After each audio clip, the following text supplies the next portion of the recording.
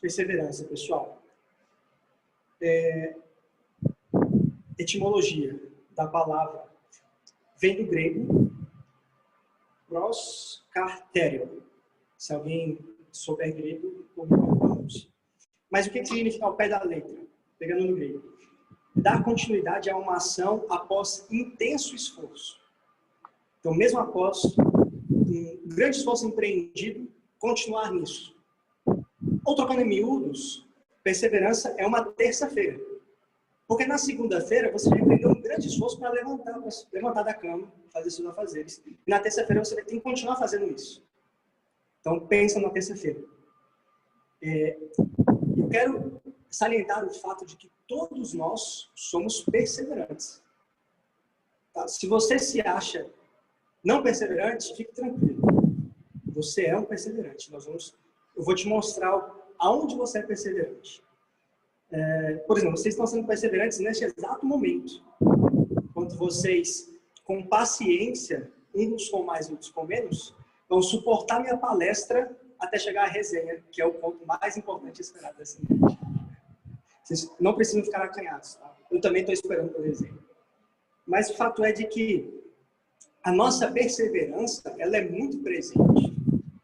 Ela está em nós, apesar de que às vezes nós não nos reconhecemos como pessoas perseverantes. Hoje eu vou expor alguns dos meus pecados para vocês. Por exemplo, eu sou um cara que às vezes não termina o que eu começo. Aí ele fica muito bravo com isso. Porque às vezes eu lavo a louça, mas não termino de limpar a cozinha. Às vezes eu lavo o banheiro, mas esqueço de fazer algumas coisas. Mas está vendo que é sempre uma pequena coisa que eu deixo de fazer? Talvez a Erin esteja sendo um pouco injusta comigo. Mas a verdade é que o motivo da nossa perseverança, ele precisa ser investigado. E nós vamos começar por esses motivos. Afinal, todos nós somos perseverantes. Porque todos nós empreendemos tarefas que, por mais que nós não sejamos resilientes ou ultrapassarmos todos os obstáculos para cumprir, de uma maneira muito boa ou regular, beleza, na média, a gente faz.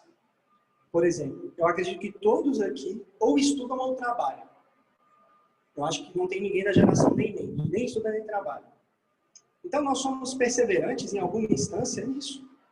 Afinal, depois de amanhã, na segunda-feira, nós vamos nos levantar de manhã e vamos ir aos nossos trabalhos, ou na nossa nova realidade, no meu caso. Eu acordo, escovo os dentes e sento na cadeira para trabalhar porque eu estou trabalhando de casa. Ou vocês vão às suas universidades, ou vão aos seus escritórios, e essa é uma perseverança.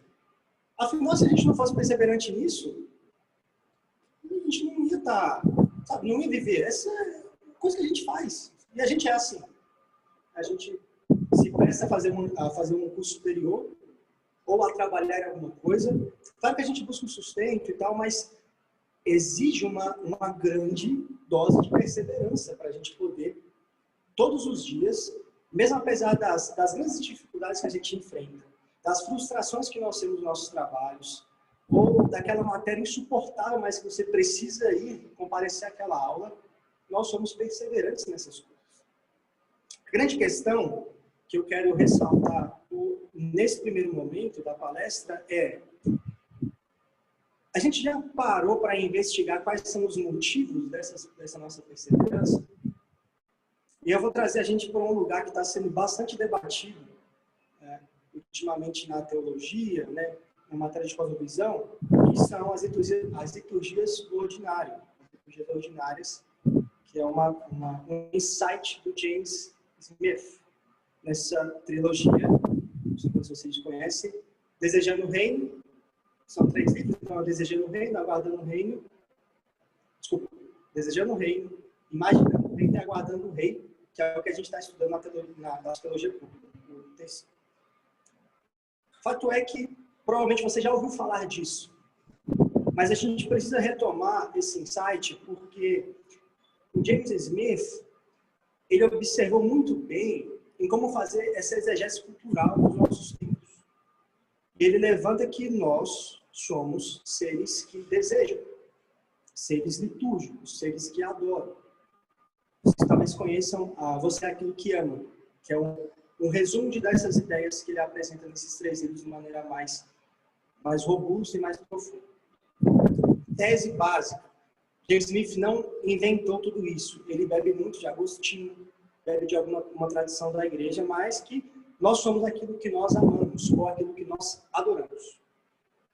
Como que isso se materializa nas nossas vidas?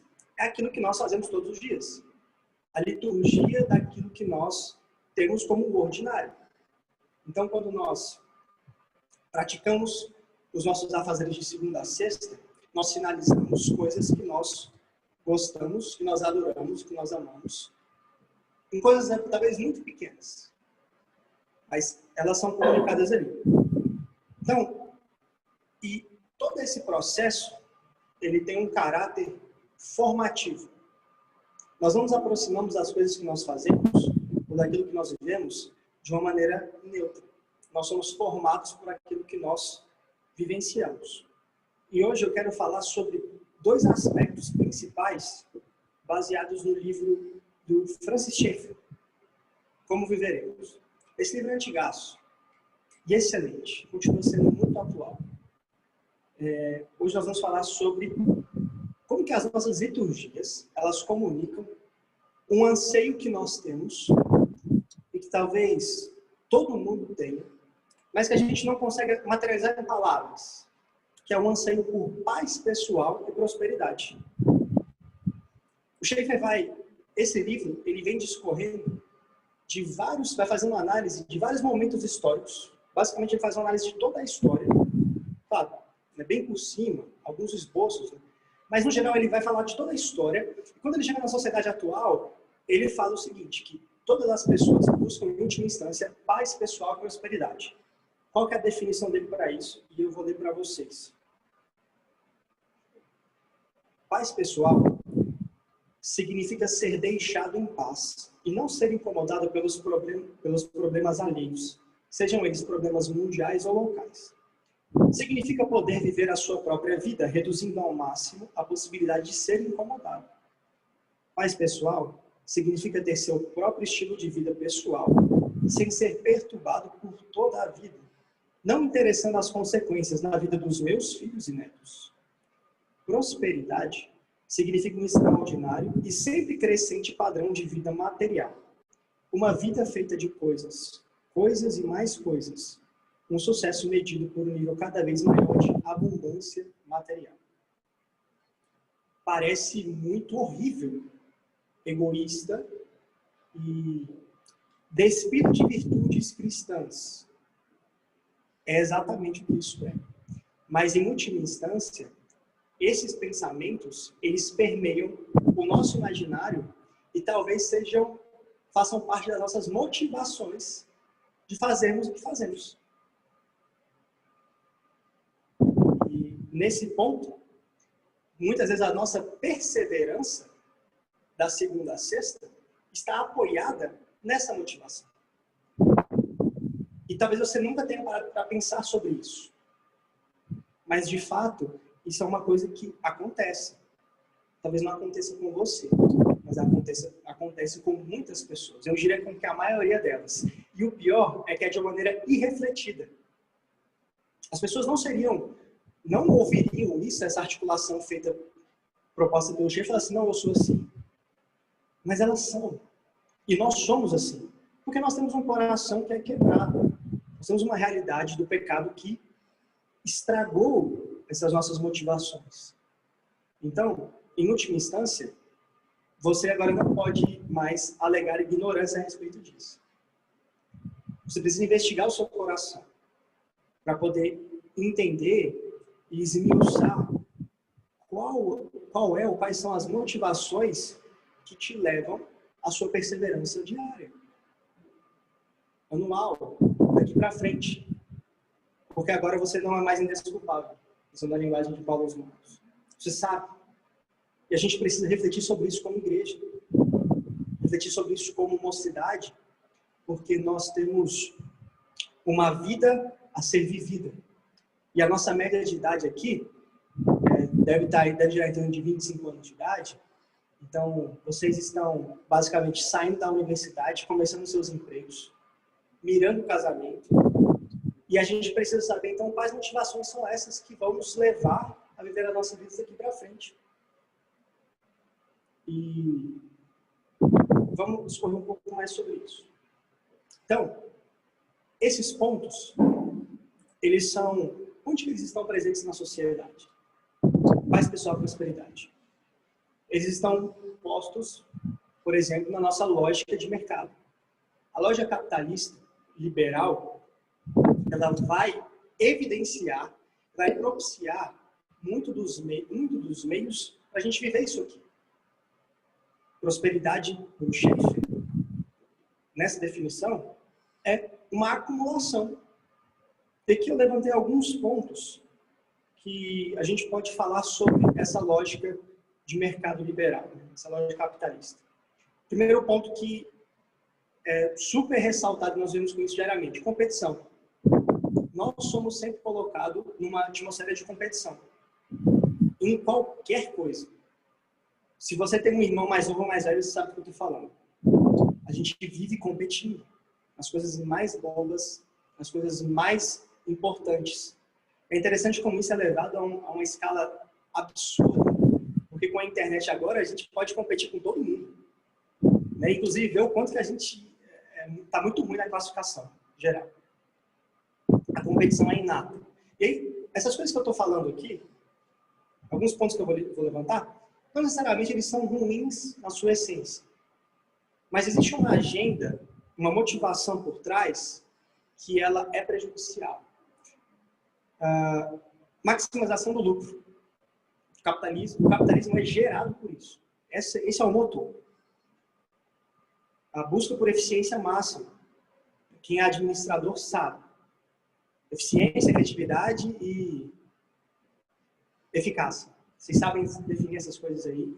E sabem que são diferentes, mas estão querendo dizer a mesma coisa. Nós estamos sempre querendo ser mais eficientes. Hoje em dia, talvez você entra no carro, mas você sabe o caminho que você precisa seguir, você vai entrar no Waze, porque o Waze vai te mostrar qual que é a rota mais rápida, embora você saiba como chegar nos lugares. E isso é ótimo, mas se a gente levar essa lógica e colocar nas categorias erradas, usar nas categorias erradas, a gente vai passar a ter nossos relacionamentos como relacionamentos que têm que ser eficientes. E o relacionamento não pode girar em torno de uma categoria de eficiência ou ineficiência. Ética utilitarista ilustra bem o ponto de relacionamento. A gente passa a se relacionar com as pessoas e com as coisas de uma maneira estritamente utilitária. Se parou de dar o resultado que eu espero, a gente descarta. Ficou obsoleto. Vamos para a próxima. Então, se aquilo que a gente está fazendo não está dando certo, eu preciso sempre mudar para cada vez mais utilizar as coisas e a gente acaba transformando os nossos relacionamentos, todas as nossas relações em peças utilitárias. Não está dando mais certo? Esquece. Apaga, vamos para o próximo. Individualismo, óbvio, claro. Não preciso nem falar disso. E liberdade. O capitalismo gira em torno de liberdade. Mas que liberdade é essa? É uma liberdade que é uma libertinagem. Seria, em últimos termos, uma liberdade para eu fazer aquilo que eu quiser, desde que não fira ou interfira na liberdade do próximo. Esse é um postulado básico do liberalismo, que engendra toda essa lógica que a gente está vendo. Mas se a gente olhar para todas essas coisas, e tem muitas outras, eu escolhi essa aqui só para a gente mostrar um ponto, a gente vai ver que isso tudo, essa lógica, ela é muito mais do que um sistema de organização econômica.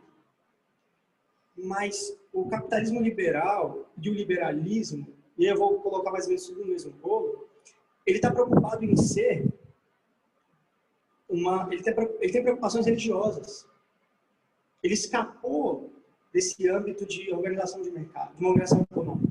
Ele agora quer captar o seu coração e as suas afeições religiosas, os seus afetos, para poder servir ao Deus do mercado. E aí, esse aqui é o perigo. Se a gente se relacionar de maneira achando que o mercado e o capitalismo e essa lógica liberal são neutros, nós vamos ser assimilados por isso. As nossas categorias como seres humanos, elas vão ser assimiladas e reduzidas às categorias que esse sistema propõe. Então, se a gente persevera em ser capitalisticamente falando, bem-sucedido, nós assimilamos essas categorias e agora nós julgamos as nossas vidas com o sucesso que o capitalismo prega. Então, vamos medir o sucesso de cada um aqui? Vamos. Qual que é o patrimônio de vocês? Ah, mas o meu patrimônio... Nossa, mas eu não tenho herança, né? Mas o fulano tem herança. Então... Gente, mas olha como é pobre. Mas é a lógica. Então, esse sistema, ele é formativo. Se a gente se aproximar dele de uma maneira ingênua, nós vamos ser cooptados e termos nossas categorias assimiladas por essas questões. Qual é o compromisso religioso final então, desse sistema? É um secularismo humanista. De colocar um humano, de colocar as pessoas no centro. Nós somos o centro de referência de todas as coisas. E a partir daí todo o resto é construído. A gente esquece Deus dessa história, expulsa Deus, expulsa a transcendência, vamos nos organizar de maneira materialista e vamos nos desenvolver como sociedade. Mas existem alguns problemas, tá? E onde que o capitalismo mais se desenvolve? É que eu vou me arriscar a criticar até a democracia. O capitalismo se desenvolve basicamente num contexto democrático. Só que o problema é que a gente vive hoje, em várias instâncias, numa democracia que é degenerada. Por onde que ela degenerou? E aí não sou eu que estou falando, Aristóteles já falava isso. Numa ditadura da maioria. Né? Aquilo que a maioria quer, vira regra. E olha quando a gente leva esse raciocínio às últimas consequências. O Schaeffer vai citar um jurista americano para falar sobre isso.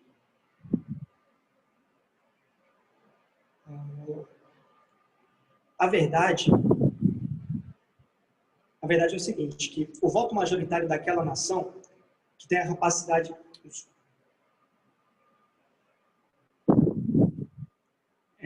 Assim, quando chegamos ao ponto de conseguirmos desenvolver um corpus juris, a questão definitiva será esta. O que as forças dominantes da comunidade querem? E se esse desejo é forte o suficiente para que elas sejam capazes de superar qualquer obstáculo que possa se colocar no seu caminho. Então, esse jurista que é o Holmes Jr., ele é do século XIX e ele foi membro da Suprema Corte dos Estados Unidos. Ele tem algumas obras que estão discutindo sobre isso, mas ele fala basicamente isso, de que toda a questão é a seguinte.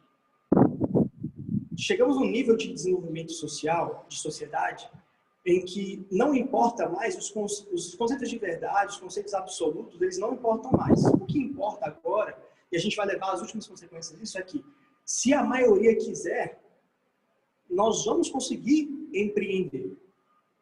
Então, o absoluto é a maioria. Então, nós vamos abolir as categorias morais e nós vamos construir uma nova moral a partir do nosso voto, a partir daquilo que nós queremos. Perceba como isso é completamente louco e caminha para o caos. A maioria decidindo a parte de qualquer absoluto moral, ético ou de lei, o que pode ou não pode ser feito. Sabe o que isso acontece? Sabe o que isso gera? Extirpou os absolutos morais. Então nós vamos construir isso. E quem garante que nós vamos construir absolutos morais, uma lei ética que seja de fato ética? Ou a gente não vai nem poder falar isso, porque nós é que vamos decidir o novo certo e errado. Então a gente abandona a transcendência, abandona a ideia de que Deus é que nos fornece a lei, do que é correto e do que é incorreto, para nós podermos desenvolver nós mesmos de uma raiz no coração que é pecador, que está em rebelião contra Deus, e nós vamos decidir isso. Sabe o que isso acarreta? E é um fenômeno que tem acontecido bastante ultimamente, chama sinalização de virtude. Quem já ouviu falar sobre esse termo? Alguém já ouviu? Vocês acompanharam o caso do homicídio, do estupro culposo? Eu não vou entrar no mérito desse caso, porque é muita polêmica, mas o que acontece? Muitas pessoas postaram, não existe homicídio culposo. Muitas pessoas. E aí, navegando nesses posts, eu vi assim, um print de um tweet falando assim, dá para contar nos dedos a quantidade de homens héteros que se posicionaram contra o homicídio culposo. E aí eu, gente, pera. Então eu, homem hétero, eu preciso manifestar que eu sou contra o estupro para poder, então, as pessoas saberem que eu sou contra o estupro. Isso é sinalização de virtude. A gente não pode mais partir do ponto de que nós temos as categorias do que é certo e errado. A gente precisa sinalizar isso. Outra situação que está acontecendo de maneira muito mais forte foi no Black Lives Matter.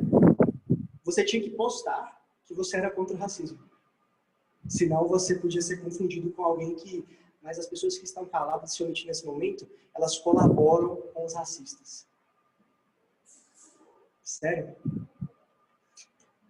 Isso são sintomas que se apresentam de uma sociedade que ela persevera na sua rebelião contra Deus. E ela assimila essas categorias e ela parte agora e diz assim, eu não sei mais aonde, o que tomar como certo e errado, eu não sei mais, eu não tenho mais código moral. Então, pessoal, vocês precisam falar aí para mim. Vocês são contra o estupro? Vocês são contra o racismo? Vocês precisam falar para mim, porque senão eu não sei mais. As pessoas estão perdidas nesse ponto. E isso é muito sério. Recuperando, então, o nosso tema para a gente não fugir muito. Falei que a digressão vai ser longa.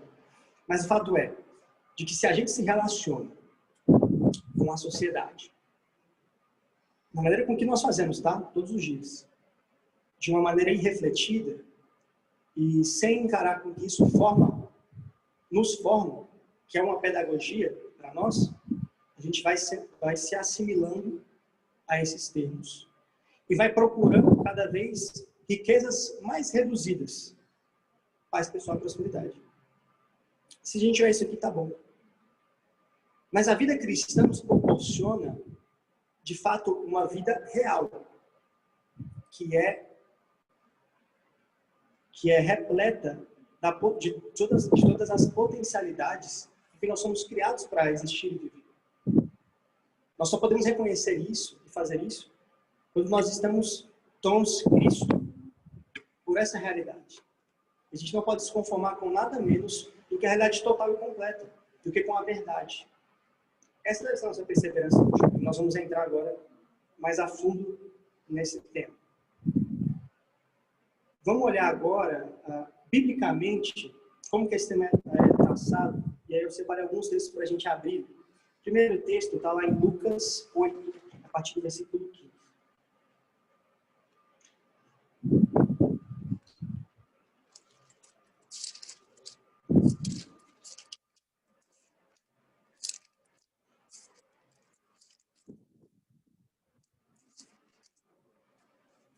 Lucas 8, 15. Depois da parábola do semeador. Desculpa, a partir do verso 11, tá? Então Jesus está explicando. Então ele fala o seguinte, este é o sentido da parábola, a parábola do semeador, tá? Ele acabou de falar da parábola do semeador. A semente é a palavra de Deus. Aqui cai à beira do caminho são os que a ouviram. Vem a seguir o diabo e arrebata-lhes do coração a palavra para não saber que, crendo, sejam salvos. Aqui caiu sobre a pedra são os que, ouvindo a palavra, a recebem com alegria. Estes não têm raiz, creem apenas por algum tempo e na hora da aprovação se desviam. Verso 15. Aqui caiu na boa terra são os que, tendo ouvido de bom e reto o coração, retém a palavra. Estes frutificam com perseverança. Esse é o primeiro texto de Lucas que nós vamos ler. O segundo texto de Lucas está lá no capítulo 21, a partir do verso 10.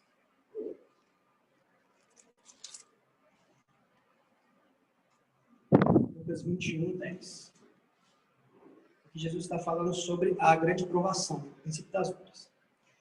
Então lhes disse: levantar-se-á nação contra nação e reino contra reino. Haverá grandes terremotos, epidemias e fome em vários lugares, coisas espantosas e também grandes sinais do céu.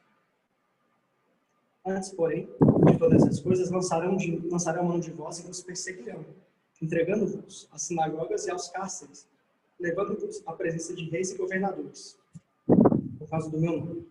Isto vos acontecerá para que deis testemunho. Assentai, pois, em vosso coração, de não vos preocupardes com o que haveis de responder.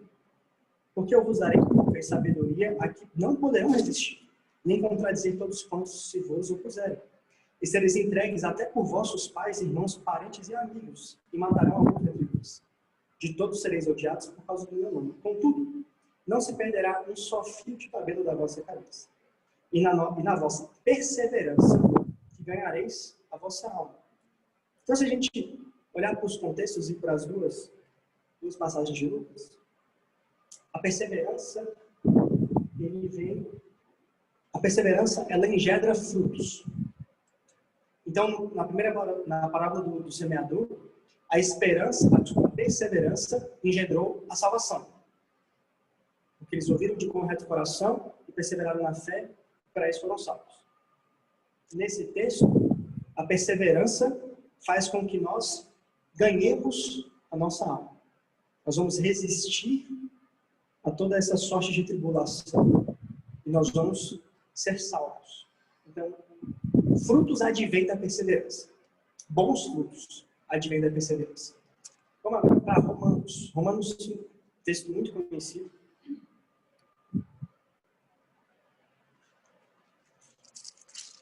A partir do versículo 1. Justificados, pois, mediante a fé, temos paz com Deus por meio de nosso Senhor Jesus Cristo.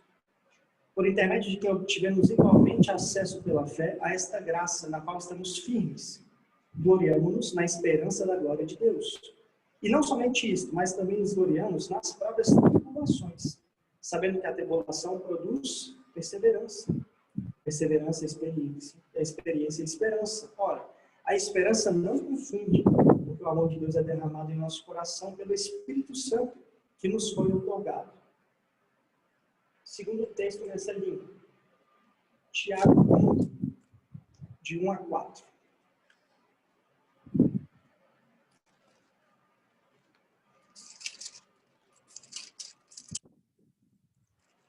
É um texto bem parecido com o de Paulo. Tiago 1, de 1 a 4. Tiago, servo de Deus e do Senhor Jesus Cristo, as 12 tribos que se encontram na dispersão, saudações.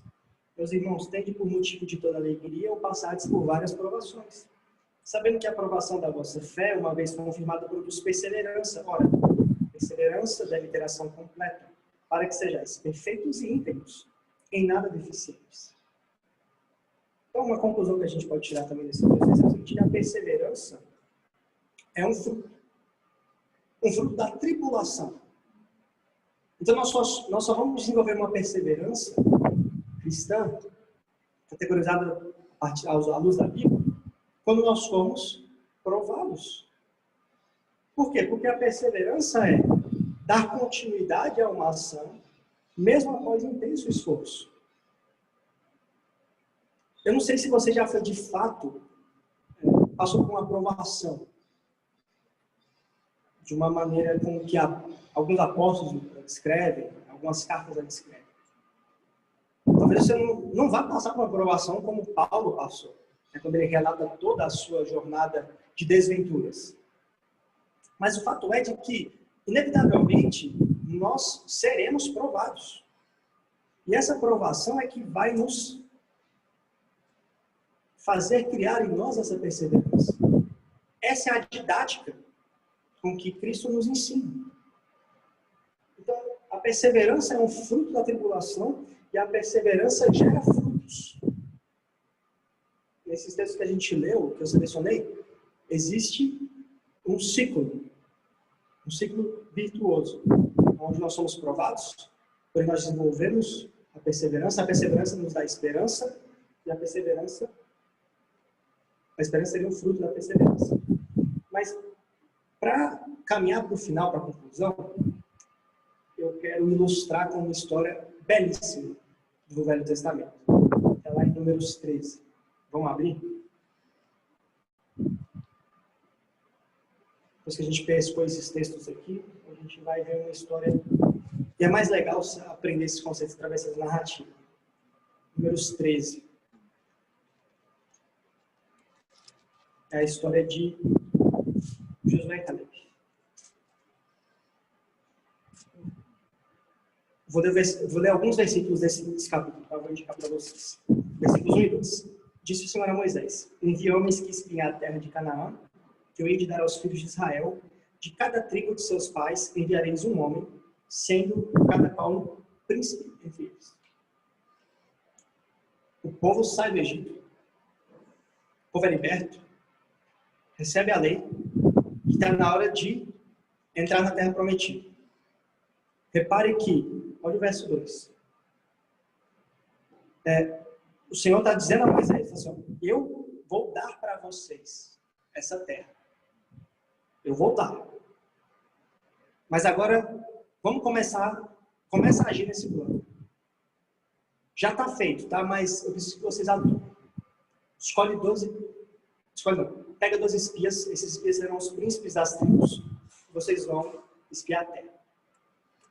Então vamos lá. Verso 17. Então eles foram. Enviou-os, pois, Moisés a espiar a terra de Canaã, e disse-lhes: subi ao Negueb e penetrai nas montanhas. Vede a terra que tal é, o povo que nela habita, se é forte ou fraco, se poucos ou muitos. Também qual é a terra? Desculpa. 19. E qual é a terra em que habita, se boa ou má? E que tais são as cidades em que habita, se em arraiais ou se em fortalezas? Também qual é a terra, se fértil ou estéril, se nela há matas ou não? Tende ânimo e trazei o fruto da terra. Eram aqueles dias, os dias das primícias das uvas. Vamos para o verso 25. Ao cabo de 40 dias, voltaram de espiar a terra. Caminharam e vieram a Moisés e a Arão e a toda a congregação dos filhos de Israel no deserto de Parã, a Cádiz. Deram-lhes conta, a eles e a toda a congregação, e mostraram-lhes o fruto da terra. Relataram a Moisés e disseram: fomos à terra, qual nos enviaste, e verdadeiramente mana leite e mel, esse é o fruto dela. O povo, porém, que habita nessas terras é poderoso, e as cidades muito grandes e fortificadas. Também vimos ali os filhos de Anak, que são gigantes. Os amalequitas habitam na terra do Negueb, os heteus, os jebuseus e os amorreus habitam na montanha. Os cananeus habitam ao pé do mar e pela ribeira do Jordão. Então Caleb fez calar o povo perante Moisés e disse: eia, subamos e possuamos a terra, porque certamente prevaleceremos contra ela. Porém os homens que com ele tinham subido disseram: não poderemos subir contra aquele povo, porque é mais forte do que nós. E diante dos filhos de Israel infamaram a terra em que haviam espiado, dizendo: a terra pelo meio do qual passamos a espiar é terra que devora os seus moradores. E todo o povo que vimos nela são homens de grande estatura. Também vimos ali gigantes, os filhos de Anak são descendentes de gigantes. E éramos aos nossos próprios olhos como gafanhotos, e assim também não éramos aos seus olhos. Levantou-se, pois, toda a congregação e gritou em voz alta, e o povo chorou aquela noite. Todos os filhos de Israel murmuraram contra Moisés e contra Arão, e toda a congregação lhe disse: tomara tivéssemos morrido na terra do Egito, ou mesmo neste deserto. E por que nos traz o Senhor nessa terra para cairmos à espada, e para que nossas mulheres e nossas crianças sejam presas? Não seria melhor voltarmos para o Egito? E diziam uns aos outros: levantemos um capitão e voltemos para o Egito. Então Moisés e Arão caíram sobre o seu rosto perante a congregação dos filhos de Israel. E Josué, filho de Nun, e Caleb, filho de Jefoné, dentre os que espiaram a terra, rasgaram as suas vestes, e falaram a toda a congregação dos filhos de Israel, dizendo: a terra pelo meio do qual passamos a espiar a terra muitíssimo boa. Se o Senhor se agradar de nós, então nos fará entrar nessa terra, e não a dará, terra que manda leite e mel. Tão somente não sejais rebeldes contra o Senhor, e não temais o povo dessa terra, porquanto, como pão, os podemos devorar. Retirou-se deles o seu amparo. O Senhor é conosco, não os temais. Eu gosto muito dessa história. E nós temos os protagonistas, os antagonistas, um enredo de drama, e Que situação polêmica. Nós temos, então, aqueles que são perseverantes e aqueles que não são perseverantes. Temos esses dois personagens, o povo e apenas dois daqueles que foram espiar a terra, Josué e Caleb. Por que Josué e Caleb têm uma atitude tão diferente dos demais? A pista está no próprio texto que nós lemos. Josué e Caleb, eles criam, não que o povo tivesse a força necessária, a aptidão militar. Eles não criam que Moisés era um dos grandes estrategistas militares que pudesse dar a vitória ao povo através de incursões, através de estratagemas que pudessem dar a vitória ao povo. Eles não tinham as melhores armas, nem sequer os melhores cavalos para poder fazer isso. Gente, era um povo que vivia em acampamentos, que ia lutar contra cidades estabelecidas, muradas, com um exército que talvez fosse muito maior do que o próprio Israel. Lembra qual é a primeira cidade com que eles se deparam? Quem é que lembra? Entrando para conquistar a terra para a primeira cidade. Tem até uma musiquinha boa. Jericó. Jericó é uma cidade murada. O Cabral, especialista na época medieval, sabe que o cerco medieval às cidades muradas era extremamente complicado. Que, no geral, as cidades que são muradas, elas conseguiam resistir, principalmente se elas tivessem um bom estoque de comida. Porque, gente, era só sentar e esperar. Quanto tempo o povo invasor poderia, né, se manter, ter mantimento suficiente para poder passar as muralhas, derrotar o povo e lutar? Além de passar a barreira física das muralhas, teria que lutar contra o exército que estava ali dentro. Quase impossível. E Deus dá a vitória para o povo, circulando a cidade e tocando a trombeta. Gente, Josué e Caleb, eles entenderam quem era o Deus com que eles estavam se relacionando. O Deus da aliança. Deus não tirou o povo do Egito para que eles morressem no Egito, para que eles morressem no deserto. Porque se fosse esse o caso, Deus não mandaria o maná. Ou Deus não abriria o mar vermelho. Houveram diversas ocasiões pelos quais o povo já tinha passado e deveria ter aprendido de que Deus honraria, seria fiel à sua palavra. Não fiel ao povo, porque o povo não era fiel a Deus. E essa é a diferença que nós temos que encarar a aliança que Deus tem para conosco. Nós não seremos abençoados a partir daquilo que nós fazemos para Deus. O relacionamento de Deus para conosco não é um relacionamento retributivo. Não é porque a gente é bom, não é porque nós praticamos as coisas boas, que nós teremos aquilo que nós merecemos. Eu sou fiel em tudo, persevero em oração, dou dízimo. Não está acontecendo nada. Porque não é retributivo. Porque se fosse retributivo, vocês sabem o que é isso. A gente seria consumido. Nós somos pecadores, a gente não consegue fazer nada.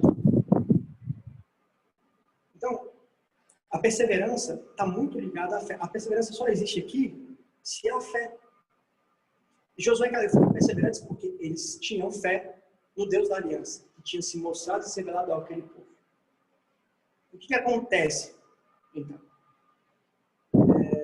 Josué e Caleb enfrentam todo o arraial que se levantou contra eles, proferindo absurdos do ponto: vamos voltar para o Egito. Vamos voltar para a terra que nos escravizou. Enquanto que Deus nos chama para a liberdade. E por que eles se manteram perseverantes? Por causa da fé. Eles puderam, então, enfrentar essas adversidades. E o que acontece depois? Vocês sabem a história. O povo conquista a terra. Mas Deus fala: ninguém dessa geração vai entrar, não. A não ser os nossos dois personagens, os nossos dois perseverantes. Josué e Caleb entram na terra prometida 40 anos depois. São 40 anos de peregrinação, 40 anos para que eles sejam provados, para a gente aferir se para que Deus pudesse aferir se a perseverança desses dois era de fato perseverante, se era de fato genuíno. E aqui, eu tive até essa conversa com a Irene hoje cedo. Irmão, eu estou com dificuldade para concluir essa palestra, porque só me vem uma aplicação uma aplicação como se fosse uma pregação de uma noite. A gente não tem para onde a gente correr, a gente tem que ir para Cristo. E onde que Cristo se insere nessa história? Então, eu poderia parar aqui e a gente fazer uma aplicação humanista dessa história. Gente, vamos ser igual Josué e Caleb, tá? Vamos perseverar. Ainda que o povo que estava com você espiando, eles disseram que não, ainda que todo mundo, né, toda a assembleia dissesse para voltar, para não cumprir, sejam perseverantes. E provavelmente vocês já ouviram alguma pregação bem nesse sentido. Mas o problema é que a gente não consegue ser perseverante por nós mesmos. Não dá. Porque se não existe perseverança sem fé, a gente já está excluído dessa equação, porque nem a fé que a gente tem vem de nós. Ela é dada por Cristo. O Espírito Santo aqui nos traz essa fé. Nós só podemos ser perseverantes, e a aplicação é: você só vai conseguir perseverar se você crer em Cristo. Porque Cristo foi aquele que perseverou sobre as mais duras acusações, circunstâncias e obstáculos que a gente jamais viu. Ele superou Josué e Caleb de longe. Imagina você já vir à Terra sabendo que você vai morrer. E só morrer seria fácil, mas assumiria todo o pecado de todos os tempos, de todos os salvos que já caminharam com você. E mais, experimentaria o abandono do próprio Deus, que puniria todos os pecados daquele povo. A gente só vai ter perseverança e a gente só vai caminhar com fé se nós cremos em Cristo. E por que nós cremos? Porque em tudo ele suportou e ele ressuscitou. Então nós podemos crer. E nós vamos perseverar nele, somente nele, porque ele disse: eu vou voltar para buscar vocês. Eu vou voltar para buscar vocês. Então nós temos selada a nossa fé. Nós temos viva e forte esperança de que Cristo fará, porque ele já fez. Então, para a gente falar sobre perseverança de uma maneira cristã, para que a gente possa ver nossos dias de maneira perseverante, eu convido para que você viva a sua vida para Cristo. A gente sempre retorna nesse tema, todos os domingos. A gente precisa, sabe? Porque se a gente quiser caminhar perseverante pelas nossas próprias forças, a gente vai se frustrar fatalmente. Quantos projetos a gente já começou e a gente não terminou? Quantas coisas a gente já falou que a gente vai fazer e a gente não faz? Das coisas mais simples é de consertar alguma coisa dentro de casa, ou de nós nos prometemos para nós mesmos que em 2021 a gente vai ser pessoas melhores, que nós vamos perder esses quilos. Se nós não olharmos para Cristo e termos a nossa fé firmada nele, nós não podemos vencer, nós não venceremos os nossos pecados. E a nossa perseverança, aplicada à santidade, ela só pode subsistir se ela vier do auxílio do próprio Espírito Santo. Nem lá a gente vai conseguir sozinho.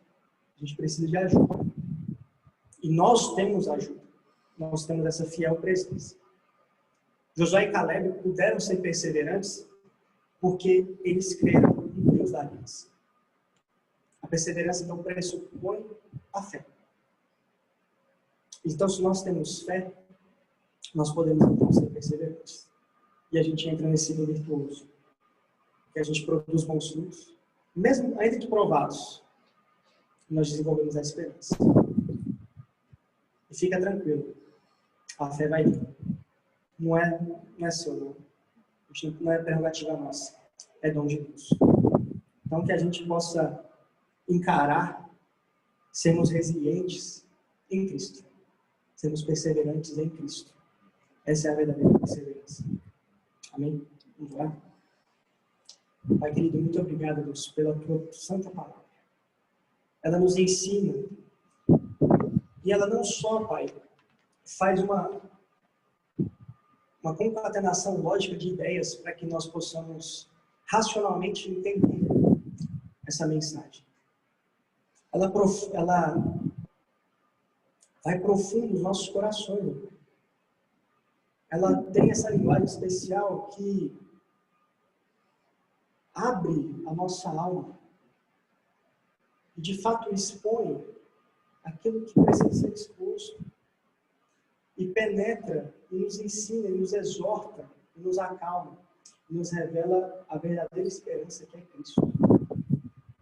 Que nós possamos, ó Pai, nos despir de todo e qualquer conceito que seja centrado em nós mesmos. Que possamos ver as nossas vidas centradas em Cristo. Que em nome de Jesus, o Espírito Santo que habita em nós possa ser de fato ouvido e de fato considerado, Pai, nas nossas vidas cotidianas. Que nós possamos dirimir e discernir aquilo que nós temos sido perseverantes e para quê e por quê. Que possamos centrar a nossa vida em Cristo. Porque tudo é dele, tudo pertence a ele, nós pertencemos a Cristo. E temos nele viva esperança. É porque nós nos aproximamos do advento, onde nos lembramos da tua presença entre nós. Cristo, Deus Emanuel, que habitou entre nós. Que isso seja de fato a nossa verdadeira motivação e o motivo da nossa perseverança. Nós chegaremos no céu. Nós habitaremos a Nova Jerusalém. Graças ao Senhor, não pelos nossos méritos, mas pelos méritos de Cristo. Que eles sejam aplicados em nós. Que essa viva esperança possa transcender, ó Pai, a nossa salvação, mas que possa penetrar em todos os aspectos da nossa vida. Que possamos atê-la e assim de fato perseverarmos naquilo que nós almejamos. Afinal, o Senhor, o próprio Cristo, é o Senhor de todas as coisas. Então tudo está submetido a Ele. Nós devemos glorificar em todas as esferas da nossa vida. Ajuda-nos a cumprir esse papel e a termos a nossa consciência e coração cativos a tua palavra, consequentemente a ti. Obrigado por tantos exemplos e por toda a história que a Bíblia narra. Obrigado porque nós entendemos. O Espírito Santo nos fez entender. Que essa mensagem possa reverberar e reconciliar-nos contigo. Que possamos redimir aquilo que nós perdemos na tua criação. Em nome de Cristo oramos. Amém.